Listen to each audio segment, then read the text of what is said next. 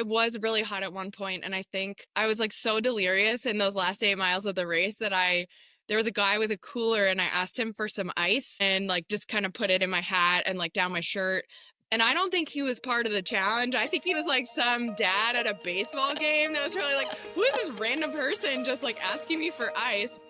Welcome. This is Lauren Stites, and you are listening to Her Side of the Trail. This episode, we are speaking with Tory Mather at Tory Talks Trails on social media. You should follow her. She's great, she's funny, she's informative, and she's inspiring.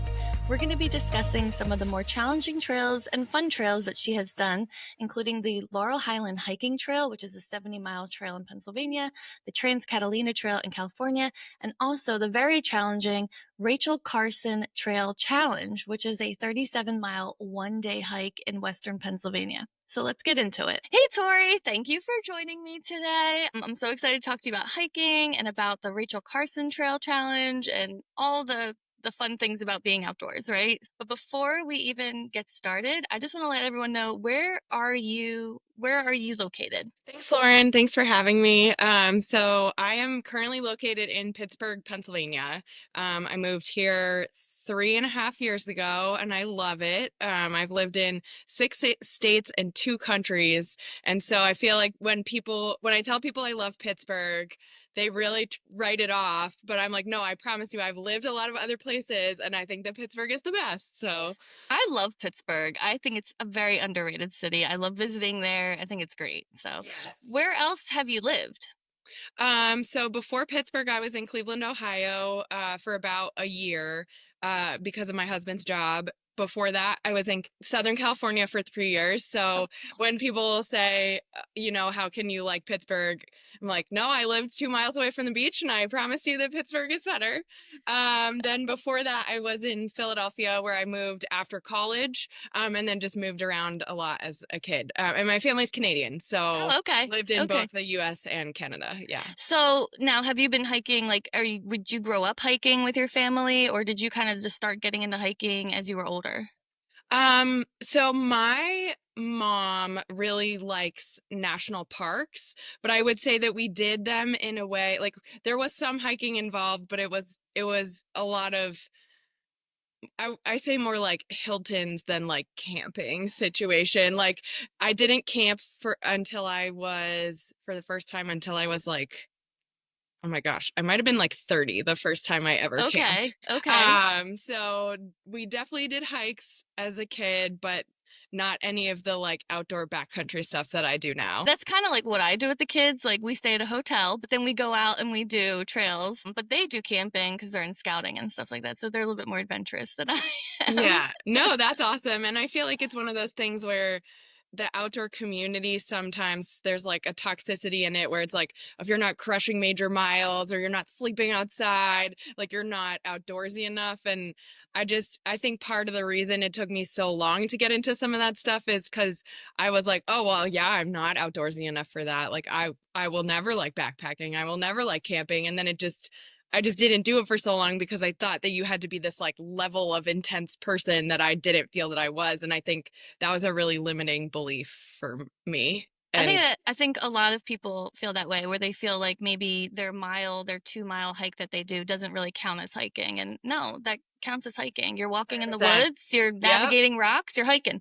Yes. 100%. And it's one of those things where like, so I keep track of all my hikes in a spreadsheet. I love that. If people want it, it's available on my website. But I love like tracking all my stats. And I think especially the perception from, social media or my website is, oh, you go out and you do so many, these like bajillion mile hikes. And I looked at my stats from 2024, and I think 50% of my hikes were like under 3 miles. But that's easy to get in, right? You're Yeah. like, oh, I only have a few hours. Like, let me at least do this hike, like in the morning or the afternoon, like whatever you have available. Yeah, exactly. And I think that like people are like, oh, well, if I can't do this, 6 mile hike, I shouldn't go hiking. And anything is a hike if you want to count it as a hike, I even agree. local parks, whatever. So yeah, we're definitely on the same page there. I agree.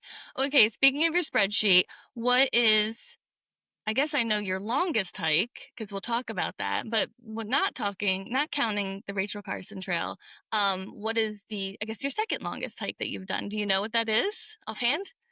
So I think it's probably I did the Laurel Highlands hiking trail, which is a 70-mile backpacking trail in the Laurel Highlands in Western Pennsylvania. But I obviously didn't do it No, all in one day. We not one like day. slept. Yeah. There are some ultra runners who I think do that, but that's not me. And we had 3 days that were back to back. Like it was like 20, 21, and 19 or something was the Wow. mileage for the three back to back days. And so that was definitely my longest like consecutive days of hiking. And I think probably the 21-mile day is the second longest. And it was very long. It was very hot. I at a certain point like started not really feeling like my stomach was getting upset, so I couldn't really eat anything except for like dry tortillas and liquid IV. And so there's a really sad picture of me like sitting at the pond on Seven Springs after we've, hiked probably 14 miles that day or sitting eating our lunch, and I'm just eating a little sad tortilla. So I can't imagine doing that length 3 days in a row. Like I can do like, okay, like we'll do 20 miles today and like 5 miles tomorrow to like break it up. I can't imagine doing like 320s in a row like that. yeah, and it was kind of so we had planned to do the trail. I was with two friends and we had planned to do the trail over 5 days, 4 nights. So it was going to be like 14, 18, 21, 13, and 5. Okay, so And kind of then, doable. yeah, and then by the third day, it was Labor Day weekend, and I was like, oh man, I really don't want to like go back to work after this. I would like to have a day to recover. And so I was like, you know what if we just combine like day 4 and 5 Push through. into day 4? And I think my friends have forgiven me at this point. That was 2 years ago, but I mean we all agreed it was like we're gonna do this together. I was very happy to be done at the end of the day, I would say. You push through it there to get yourself that day off, the recovery Yeah. day. You need a recovery day. Yes. But So, also, I mean, it was so like the last 5 miles of the trail, I just felt so strong and empowered. This is my dog. aw, His what's his name is name again? Tom. This is Tom. Tom. So Hi, Tom. probably gonna try to keep him closer to me so he can't bark out the window. But Now, we'll see. is he an avid hiker as well? He does hike, so I actually kind of got into hiking because he is very high energy, as you can see. And so he like I was taking him for a ton of walks a day when we first adopted him, and he was still crazy. And that's kind of how I was like, oh, I'm so bored of walking around the same loop around our neighborhood. And that's how I was like, oh, let me look up this trail. Let me look up this trail. And then I got into hiking. So That's awesome. I know dogs are great hiking buddies for that. yes. They're a good reason to get out, you know. One of the reasons I wanted to talk to you was because of the Rachel Carson Trail challenge. You've done this challenge. You've done this trail. Correct. So there's a half version and a full version, and Okay. so I have done both. I started with the half, and then I went to the full the next year. So Okay. And so you've done it. So you've only no, I don't want to say like only like I can't believe you only done it, but you've only done it once or you've done it multiple times. I have only done the full once. Okay. Now, do Yes. you ever plan to do it again? I'm not sure. I think at this point, probably not. And I think like it was a bit of a rough experience day of. Like I had the same thing that I had on the Laurel Highlands Trail where my stomach was like, we're not ingesting anything. Like I couldn't, I felt like I was going to barf for the last 8 miles. And so Oh, I'm, drinking liquid IV, couldn't really eat anything. And so just like really bonked out like that, that glucose level is so low. So the last 5 miles of the Rachel Carson challenge when the full one that I did, that was like freaking brutal. But it's more that the training takes a really long I time. was gonna And so say, like you're training like for a marathon. It's almost the same. yes, Or and more so than. a lot of people run it. I can't run anymore. So it's just a lot of time on your feet. And so you're basically like, okay, it's Sunday morning and it's 7 a.m. and I'm gonna go spend, 9 hours in the woods. And So I have a bunch of friends doing it this year that they're all training together, which I think is awesome. And when I did it, my friend Hannah did the half, and so we spent a lot of our time training together, and that was really helpful. Like I don't think I would have been as successful if I didn't have someone to No, train with. it's good to have a friend. Yeah. Any of Yes. those long runs and the marathons, like it's good to have a friend. Not that I've done it, but I've heard. But I have also, like, I ran one marathon in 2014 and I ran it with a friend and we trained together. And that was also, I think, a one and done. So, but yeah, but the energy of the day is so fun. And so last year I didn't do it, but I went and kind of set up my own, like, it wasn't like a aid station supported by the race, but it was like kind of my own, I guess, like rogue aid station. So I just bought a bunch of those like freezy pops from Giant Eagle and put them in a cooler and was just like giving them out to people. And that was really fun. So I plan to do that again this year, like especially because I have friends doing it, and it's just so nice, like when you see people that on the course and they're suffering, but you're able to give them like a smile and encouragement and popsicle and some ice. I don't know, that was really cool. And so I think the energy of the day is just like really amazing, and the volunteers do a great job. The race organizers do a great job, or not, they don't call it a race, the challenge organizers do a great job. And everyone's just like so positive, which is great. That's awesome. So, for those who don't know, how long is the trail? How long is the challenge?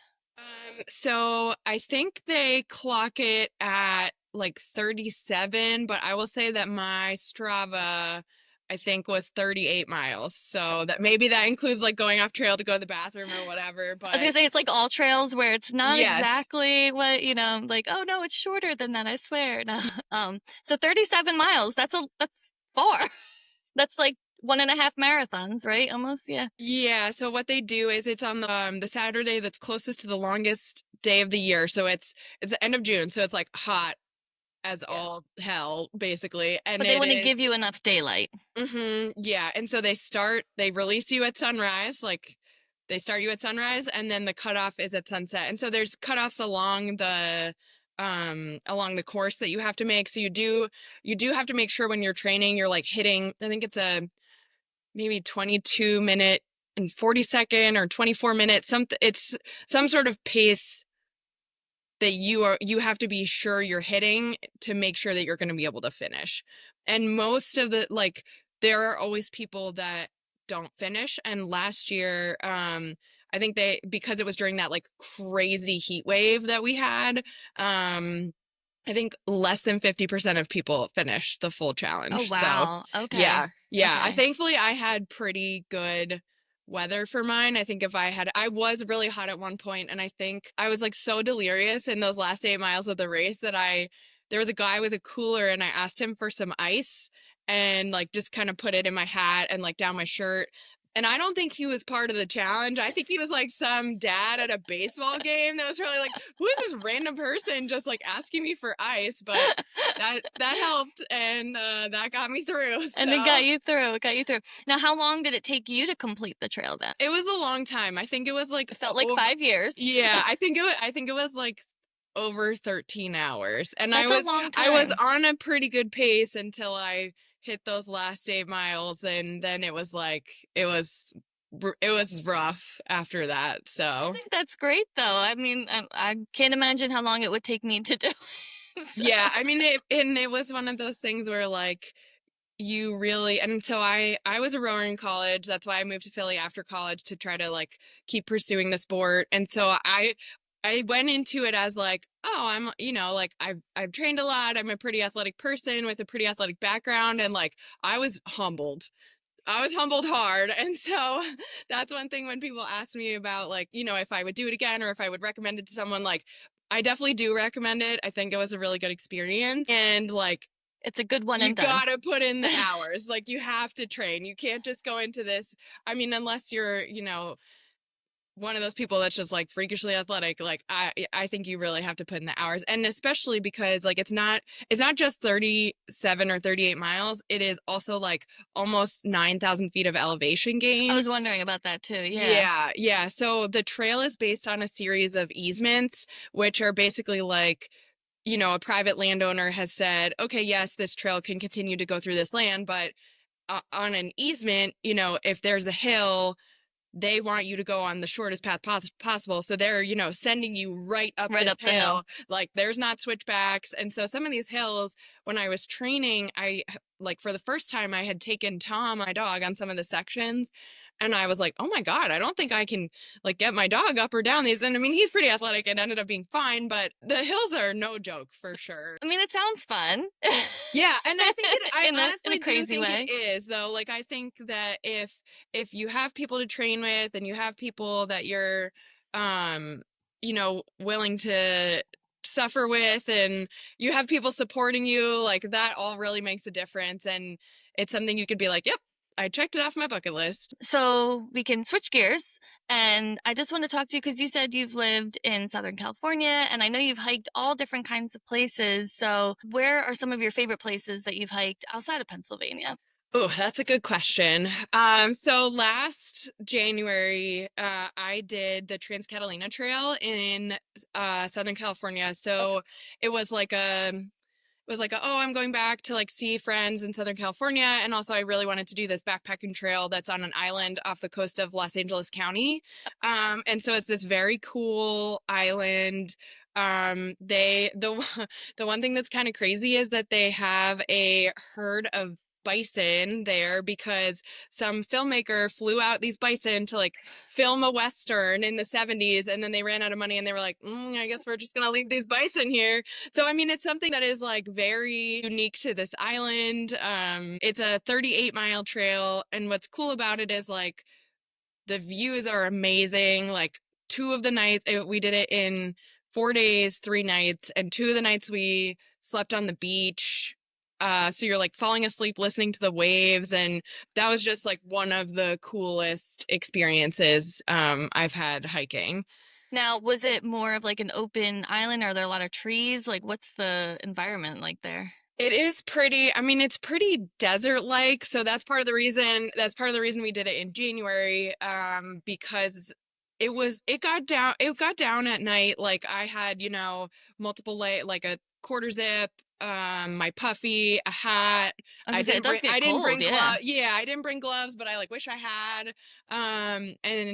And then during the day I was, sweating on these like steep open face inclines in like shorts and a t-shirt. So it really varied in temperature. I would not do it in June. I think I would die. It would be so hot, but people do it. So That sounds fun though. I never even heard of it, and I didn't know about the bison on the island, just chilling there, they're just living their life, I guess. yep. Yeah. And so that's something where I was thinking about doing the trail solo because I've never done a solo backpacking trip. But one of my friends that lives out in Southern California and ended up coming with me was like, you should not be alone with the bison. And people do it solo. Like, I'm not saying if you want to do it solo, you shouldn't, but that's just something to be aware of that, like, I didn't even think about when I was planning the Yeah, I trip. wouldn't have So, thought of that either. But yeah, no, that's a yeah. good point to have someone else that's kind of looking out if you need it, to be Yeah. there. And then one of my other favorite hikes, I mean, oh man, I have so many. I just like love every I hike. know it's so hard because like sometimes like just the vibes on every hike is so different. So you're like, oh, I Yes. like this one for this reason, and I like this one Yes. for this reason. But I know it's a tough question, but I like to hear Yeah. what people have to say about their favorite hikes. Yeah. One of my other favorite ones was my husband and I went to Sardinia in Italy in 2023, and that was so cool. They have a lot of hikes where you like hike over a mountain to then end up at a beach that you can only get to if you hike there. So that was really cool because you really felt like you earned your rest. And so we would hike, and then we would go swimming and like hang out at the beach for a little bit, and then we would hike back. And it's nice because it's more secluded, right? It's only the hikers who are there. So Yeah, so that was really cool. We also went to Scotland in 2022, and that they also have awesome hiking there. My favorite was in the Cairngorms National Park, and so it's just like this beautiful, very lush because it like rained the entire time we were there. Like rolling hills, and it was, yeah, if I could go back somewhere tomorrow, I think I would go back to Cairngorms National Park. Yeah. I would love to hike in Scotland because the mountains in Scotland are part of the Appalachian Mountains. Hmm. Like Yeah. they were formed before the continent split. So I think Yeah. that's so cool. It's like our sister mountains over there. Yes. Yeah, it's super cool. And right now I'm training for we're going back to the UK in May. And we are doing the Cumbria Way hike. I don't know that one. Yeah, I didn't either until my husband sent me a YouTube video about it and was like, "Should we do this?" And I was like, Why not? "I found flights. When can you go?" That's the problem, is like I want to do all the things. So we watched this YouTube video and it seemed really cool, and now we have flights booked and we're doing it. So I do think that's like the quote unquote problem with loving hiking, because there Mhm. are so many trails, there are so many places to go, and you're just like, okay, when do I have time? Do I have the money? Do I have the Yes. resources? Like, can I get to this particular trail? Like, when will that happen?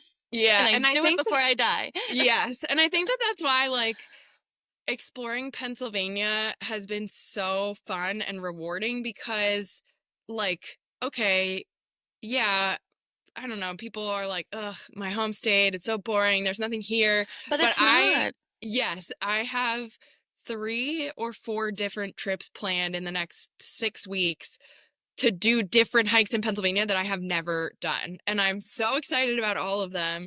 Like, I can't wait to explore them. I think this state has a lot more to offer than people realize. And I lived in Philly for 6 years and I barely left the city. And now I'm like, oh man, there are all these cool parks near, like, on the eastern side of the state that I haven't explored, and I totally wasted my opportunity. Now I have to drive 5 hours to get there. I think when you're in that bubble, you're kind of like, oh yeah, I don't like living here. But once you do some research and find some cool things, like there's Pennsylvania has so much to offer. I love living here. Yeah. I agree. People kind of, like you said, they kind of like dog on it, like, oh, it's just whatever, or like, or they even talk about like how like the mountains aren't really mountains. You know, they're mountains. We gotta walk Yeah. straight up them, like you were talking about your trail. Yeah. Like you gotta walk Yeah. straight up. It's tough. Exactly. It's, you go to Colorado and yeah, you have nice mountains and elevation Hey, and stuff, but there's nothing you're like but home. you're zigzagging up the hill. It's not as Yes. hard. Yes, I agree.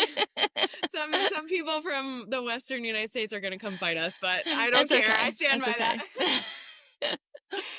All right, so I don't want to keep you for too much longer, so I'm just going to ask you one more question. And I Sure. think this is a tough question, Okay. but if you could only do one kind of hike for the rest of your life, would it be a hike to a view or a hike to a waterfall? Oh man, that's hard.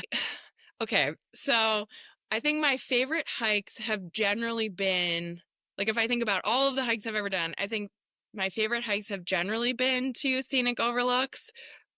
But I don't know if could live without seeing another waterfall for the rest of my life. So I feel like I have to say a waterfall. Okay, all right. I know it's a tough. I don't think I have an answer for that. So, but Yeah. I'm having fun asking everybody. Yeah. No, that's a good question. All right, and before I let you go, please tell everyone where they can find you. I know you're on social media, you have your website. Yeah. So you can find me on Instagram, TikTok, Facebook, Threads, and YouTube at Tory Talks Trails. So that's Tory Talks Trails.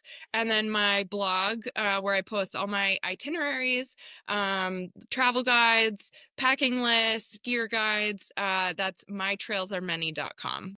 All right, Tori, thank you again so much for your time and sharing all your adventures. And I definitely want to get you back on again because I would love to talk to you more about like gear and stuff like that. But that'll be another show. So I I'll would get you love back on to. again. I always love talking about gear, so you just let me know. Thank you for listening to her side of the trail. There are more hiker stories to hear, so please follow along to hear them as soon as they come out. And if you like this episode, please share it with your friends or on social media. Her Side of the Trail is hosted and produced by me, Lauren Stites. I can't wait to share another hiker story with you next episode.